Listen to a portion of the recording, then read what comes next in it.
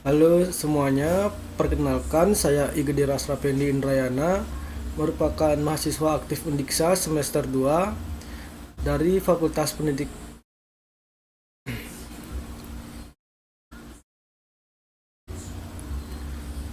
Halo semuanya, perkenalkan saya Igede Rasrapendi Indrayana. Saya merupakan mahasiswa aktif Undiksa semester 2, Prodi Pendidikan Teknik Informatika, jurusan Teknik Informatika, Fakultas Teknik dan Kejuruan. Jadi pada kali ini saya akan menyampaikan hasil ujian akhir semester saya tentang mata kuliah agama Hindu. Baik, jadi ada pun soal yang pertama yaitu bagaimanakah pendapat Anda tentang pelaksanaan yoga dengan proses pembuatan banten? Adakah keduanya berkaitan? Baik, meskipun yoga dan pembuatan banten adalah dua praktik yang berbeda, dalam konteks keagamaan Hindu di Indonesia, keduanya dapat berkaitan. Beberapa praktisi yoga di Indonesia menggabungkan elemen-elemen spiritual Hindu dalam praktik yoga mereka.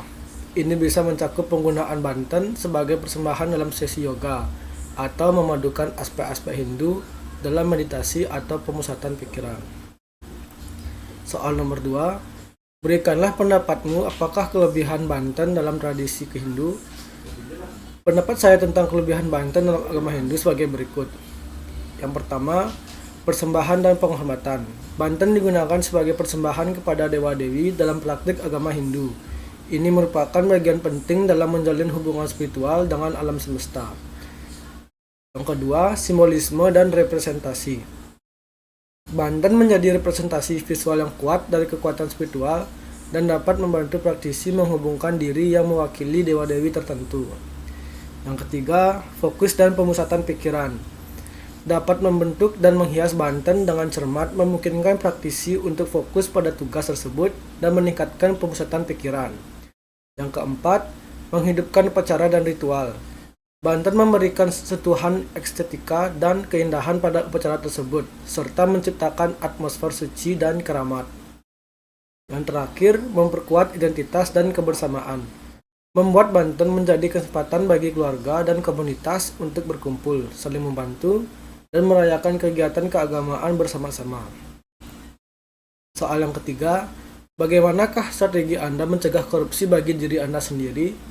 Menurut saya, untuk mencegah diri agar diri tidak melakukan korupsi dengan selalu berdoa dan mohon perlindungan kepada Tuhan Yang Maha Esa, serta selalu berpikiran positif karena ini dapat menjauhkan pikiran ingin melakukan korupsi. Soal nomor 4. Ketika Anda mengunjungi panti asuhan, apa yang Anda kerjakan dalam studi lapangan itu? Serta nilai-nilai agama Hindu apa yang bisa dipelajari dan diterapkan dalam studi Anda? Baik, jadi ketika saya mengunjungi panti asuhan, saya mengajarkan anak-anak konsep Trihita Karana, yaitu parahyangan, pawongan, dan palamahan. Parahyangan, saya mengajarkan kepada anak-anak agar menghormati dan memuja Tuhan. Pawongan, saya mengajarkan agar tetap saling menghormati antara sesama. Palamahan, pada saat acara selesai, saya mengajak anak-anak bergotong royong sebelum meninggalkan tempat. Soal nomor 5. Manusia hanya dapat memperoleh ketentraman batin bila ia mempunyai kepercayaan yang teguh kepada Tuhan dan rasa pasrah sepenuhnya. Hanya orang-orang semacam itulah mendapat penghargaan yang tinggi di dunia. Apakah ada hubungan kepasrahan dengan sifat korupsi pada manusia? Jelaskan jawabanmu dan beri contoh.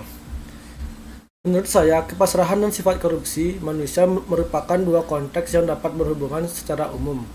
Berikut penjelasan yang secara teoritis yang bisa saya sampaikan. Yang pertama, ada etika dan moralitas. Kepasrahan seringkali melibatkan komitmen pada nilai-nilai etika dan moralitas yang tinggi.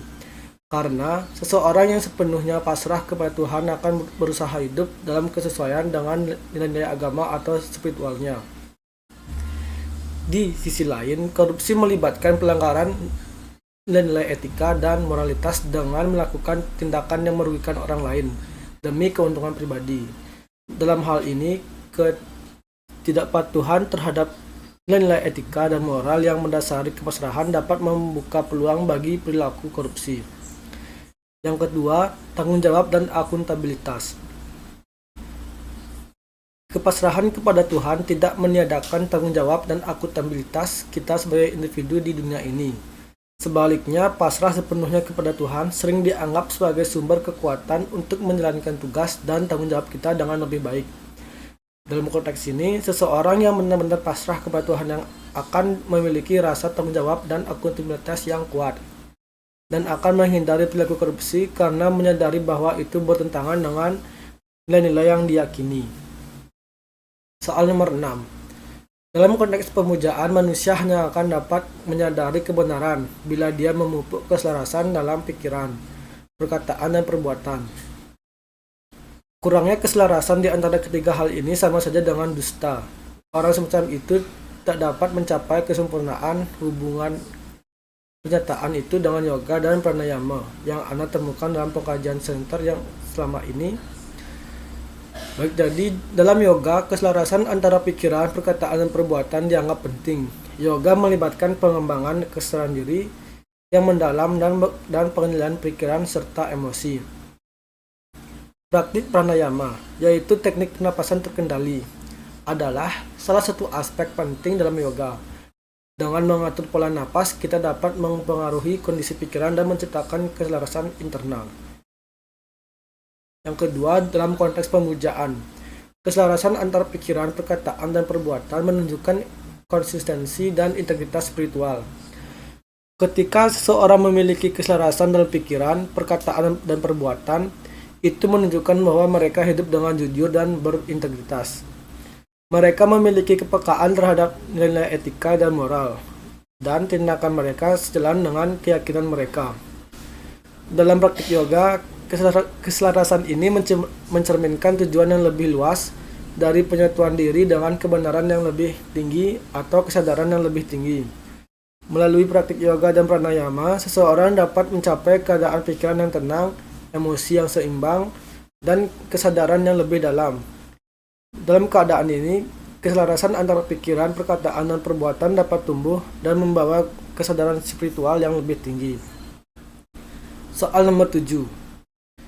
Dalam bab tentang bakti dalam kitab Bhagavad Gita, dikatakan bahwa waktu adalah unsur yang paling penting dalam hidupmu. Krishna mengajarkan dalam Gita bahwa walaupun engkau tidak begitu berhasil melaksanakan keterikatan kepada benda-benda duniawi, jika engkau melaksanakan semua pekerjaan dan kewajibanmu seperti sembahyang, mempersembahkan segala yang engkau kerjakan kepada Tuhan, maka hidupmu akan diberkatinya. Apakah makna ungkapan Bhagavad Gita yang dimaksud? Ungkapan yang disebutkan dalam Bhagavad Gita mengacu pada konsep bakti, yang berarti pengabdian atau cinta yang tulus kepada Tuhan. Dalam kutipan tersebut, Krishna mengajarkan bahwa waktu adalah unsur yang paling penting dalam kehidupan seseorang. Makna dari ungkapan tersebut adalah sebagai berikut. Yang pertama, pentingnya menggunakan waktu dengan bijak.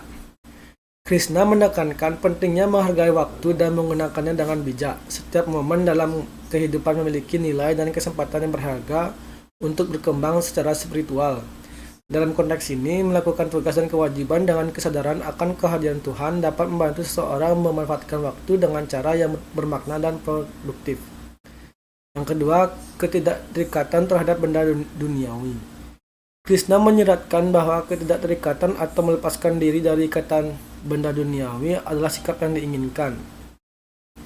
Ini tidak berarti bahwa seseorang harus menolak dunia atau tidak melaksanakan tugas-tugas dunia, tetapi lebih mengacu pada mengembangkan sikap tidak terikat secara emosional terhadap hasil atau manfaat yang didapat dari tindakan tersebut. Yang terakhir, melaksanakan tugas dengan kesadaran spiritual. Krishna menekankan pentingnya melaksanakan tugas dan kewajiban dengan kesadaran akan kehadiran Tuhan. Artinya, segala tindakan yang dilakukan dengan niat suci, kesadaran spiritual, dan sebagai persembahan kepada Tuhan akan diberkati dan dianggap sebagai bentuk pengabdian yang tulus. Soal nomor 8. Ngaben, banyak orang menyebutkan bahwa upacara itu sangat boros. Bagaimanakah menurut Anda ngaben itu? Apakah perlu diperlukan? Jadi menurut saya, ngaben sangat diperlukan dalam agama Hindu, khususnya di Bali, karena dipercaya dapat melepaskan roh orang yang sudah meninggal, menyucikan dan memurnikan roh, dan dapat juga mempertahankan tradisi budaya yang ada di Bali. Soal nomor 9. Banyak orang Hindu lebih bersemangat melakukan upacara yatnya besar-besar seperti ngantek linggih dengan biaya besar. Sedangkan untuk menyumbang beasiswa untuk anak miskin kerap ogah-ogahan. Bagaimana pendapatmu menghadapi realitas ini? Pendapat saya tentang masalah ini terdapat dua sudut pandang yang berbeda, yaitu sudut pandang secara objektif, yaitu bahwa semua orang bebas dalam penggunaan biaya yang mereka inginkan, serta sudut pandang yang kedua yaitu dari segi moral dan etika. Penting untuk menumbuhkan rasa keadilan sosial bagi sesama dengan memberikan bantuan beasiswa dan dapat memberikan dampak yang signifikan bagi anak miskin. Soal yang terakhir, Yatra Yogaswara, Krishna Yatra, Parto, Danurdarah, Tatra Sirvijayo, Butir Dhruva, Nitir Matir Mama, artinya di mana ada Krishna penguasa yoga dan Arjuna yang bersenjatakan busur perkasa, di sana ada kesejahteraan, kejayaan, kemuliaan dan moral yang langgeng. Atau dapat dalam Bhagavad Gita 18:78. Berikan contoh untuk pelaksanaan dalam kehidupan sehari-hari. Dalam kehidupan sehari-hari, prinsip ini dapat diwujudkan melalui contoh berikut, yaitu kolaborasi yang harmonis, seperti di tempat kerja atau dalam komunitas, ketika individu dan pemimpin bekerja secara harmonis dan saling mendukung, mencapai tujuan bersama, menciptakan lingkungan kerja yang sehat dan produktif. Kolaborasi yang harmonis seperti ini mencerminkan kehadiran Krishna dan Arjuna, di mana kerjasama yang efektif membawa kesejahteraan. Baik, sekian dari hasil ujian akhir semester agama Hindu yang bisa saya sampaikan. Saya mohon maaf sebesar-besarnya jika terdapat kesalahan kata. Akhir kata saya tutup dengan terima kasih.